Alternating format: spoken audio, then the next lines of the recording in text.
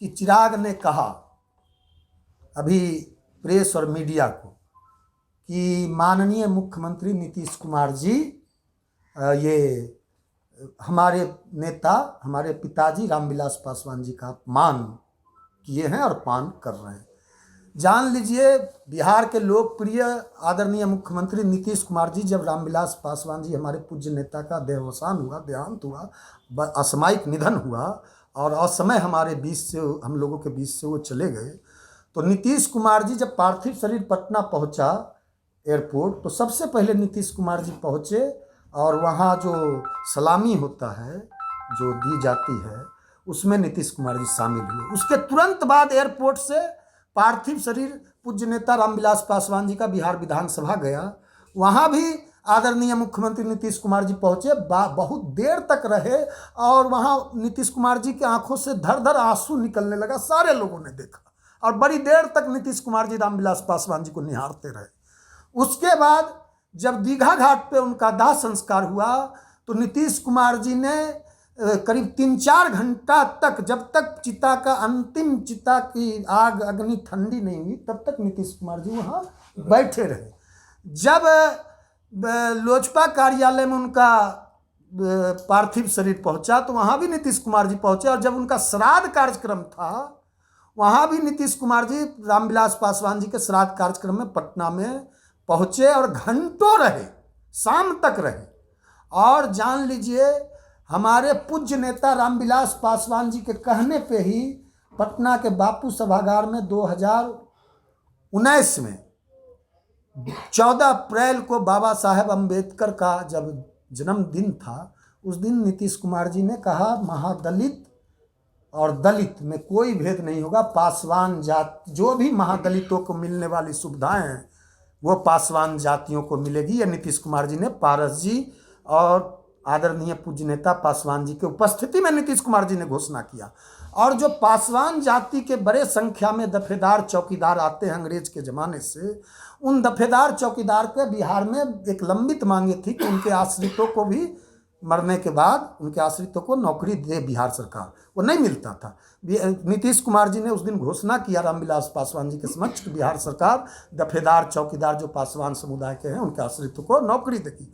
और पूरे जो अंबेडकर छात्रावास हैं, दलित छात्रावास हैं, उसमें हर दलित छात्रों को 1000 रुपया महीना अलग से, 15 किलो अनाज और पौष्टिक अंडा, ये सब मिलेगा। जो रामविलास पासवान जी के मानने वाले हैं उनको भी पुण्यतिथि मनाने का अधिकार है, हमारा मानना है, लोगों का भी मानना है। लेकिन जिस तरह श्री चिराग ने छिछला लेदर किया है और पुण्यतिथि, बरखी और श्राद्ध का जो श्रृंखलाबद्ध जो पुण्यतिथि की और श्राद्ध और बरखी के नाम पर वह सियासत कर रहे हैं, और हमारे पूज्य नेता रामविलास पासवान जी, जिनका इतना बड़ा ऑरा है देश में, विश्व में, और जिनकी जो एक इतनी बड़ी महान शख्सियत है, महामानव हैं, उनका पुण्यतिथि बरखी जिस तरह मनाया चिराग ने, वो सारे लोग, हम नहीं कहते, बिहार के जनमानस और दलित और पासवान वर्ग के लोग कहते हैं कि ये छिछला लेदर कर रहे हैं। आप जान लीजिए, 12 सितंबर को चिराग ने पटना में बरखी मनाया उनका, और बरखी जो होता है वो श्राद्ध के बाद मनाया जाता है। श्राद्ध पहली उनकी पुण्यतिथि 8 अक्टूबर को थी, उन्होंने 12 सितंबर को ही श्राद्ध के पहले ही बरखी मना लिया। दूसरी बात, पुनः उन्होंने 6 अक्टूबर को, इस 6 अक्टूबर को आप देख लीजिए, वह पुनः उनकी पुण्यतिथि मना रहे हैं, श्राद्ध मना रहे हैं। जब आप जान लीजिए उनका श्राद्ध वो पुनः 8 तारीख को यहाँ मना रहे थे, है ना, मना चुके हैं। तो जब वह 8 तारीख को राहुल गांधी और लालू यादव, सीताराम येचुरी को बुला के उन्होंने मनाया, तो यह देख लिए 6 तारीख को चिराग पासवान जी ने अपने फेसबुक आईडी से पोस्ट किया है। 6 अक्टूबर को उन्होंने अपने आवास पे दिल्ली में 6 अक्टूबर को भी मनाया श्राद्ध। और पुनः, और इस श्राद्ध में उन्होंने पिंडदान किया, पिंडदान किया। और जान लीजिए हमारे हिंदू संस्कृति में पिंडदान जो है गया के फल्गु नदी पे होता है। लोग सर मुड़वाते हैं, बाल मुड़वाते हैं, जो संतान होते हैं अपने पूर्वजों का, जो पिंडदान करते हैं। इन्होंने जो पिंडदान किया यहाँ किया, और पिंडदान के बाद बाल भी नहीं मुड़वाया। ये फोटो देख लीजिए आप। पुनः ये फिर पुनः 8 तारीख को पुनः ये पुण्यतिथि मनाते हैं। तो और जान लीजिए हम चिराग पासवान जी बताए, क्योंकि हम नहीं कहते, बिहार के दलित, बिहार के जनमानस ये उनसे पूछना, ये चर्चा का विषय है।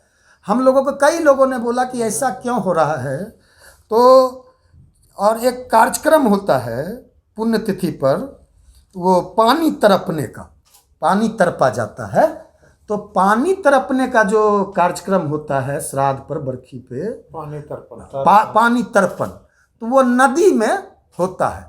ये लोग फोटो शूट करा रहे थे अपने मित्र दोस्तों इत्र मित्र के साथ। चिराग यहाँ पानी तरप रहे थे अपने आवास पे। और आप जान लीजिए, पुनः हम इस बात पे जोर दे रहे हैं कि 6 तारीख को श्राद्ध क्रम, जब बरखी आपने मना लिया 12 सितंबर को, और 8 को पुनः आप श्राद्ध पुण्यतिथि मना रहे हैं, तो 6 तारीख को क्यों मनाए, ये एक बड़ा प्रश्न चिन्ह है। 6 तारीख के पीछे जरूर कोई राज छिपा हुआ है। दूसरी बात, भोला पासवान शास्त्री जी हमारे आदरणीय बिहार के पूर्व मुख्यमंत्री, दलितों के बड़े नेता, और उनकी पुण्यतिथि का जयंती का कोई कार्यक्रम था आज से 1 महीना पहले। वह उनके घर पे गए और नीचे चटाई पे चिराग सो गए। अपने पिता, जब उनके हमारे पूज्य नेता, हमारे श्रद्धेय नेता रामविलास पासवान जी का जब देहांत हुआ, तो वह जब पटना के कृष्णापुरी में वो जो करा रहे थे, मतलब वो चल रहा था, श्राद्ध की प्रक्रिया चल रही थी, तो वह कभी भी नीचे जमीन पे नहीं सोए। तंत्र मंत्र के बादशाह, भारत के जाने माने सर्वश्रेष्ठ गुरु खान जी, मिलेगा हर समस्या का समाधान गारंटी के साथ। मेरी बेटी की शादी के लिए बहुत से रिश्ते आते थे, पर कोई न कोई अड़चन पड़ जाती थी। इसी वजह से मेरा पूरा परिवार बहुत परेशान था। बाबा जी की दुआओं से आज मेरी बेटी एक बड़े घर की बहू बनी। भटको चाहे जहां, काम होगा सिर्फ यहाँ। गृह कलेश, कर्ज मुक्ति, प्रेम विवाह, जादू टोना, पति पत्नी में अनबन, सौतन या दुश्मन से छुटकारा, विदेश यात्रा में रुकावट, फिल्मों में प्रवेश और कोर्ट कचहरी जैसी समस्याओं का समाधान। सभी समस्याओं का समाधान गुरु खान जी। अभी कॉल करें 9821707996। जबकि जमीन पे वहाँ सोए उनके भतीजे प्रिंस राज, यश राज, कृष्ण राज, ये लोग लगातार 10-12 दिन वहाँ जमीन पे सोए, चटाई पे सोए, और ये कभी नहीं। और वहाँ भी इन्होंने दिल्ली से बुलाया ब्यूटिशियन पार्लर वाले को, और वहाँ on the camera video shoot करवा रहे थे, बाल कटवा रहे थे, ब्लीच करवा रहे थे, बाल छटवा रहे थे, और कह रहे थे कि स्ट्रक्चर कैसा आ रहा है बाल का। तो देख लीजिए, हम कहना चाहते हैं, वह चिराग जी हमारे पूज्य नेता, आदरणीय पूज्य नेता रामविलास पासवान जी के संतान हैं। उनको पूरा हक अधिकार अपने पिता का, बरखी, पुण्यतिथि, सब चीज़ मनाने का। लेकिन इसको जो सियासी कलर, सियासी रंग दे रहे हैं, यह बहुत ही आपत्तिजनक है और दुखदाई है।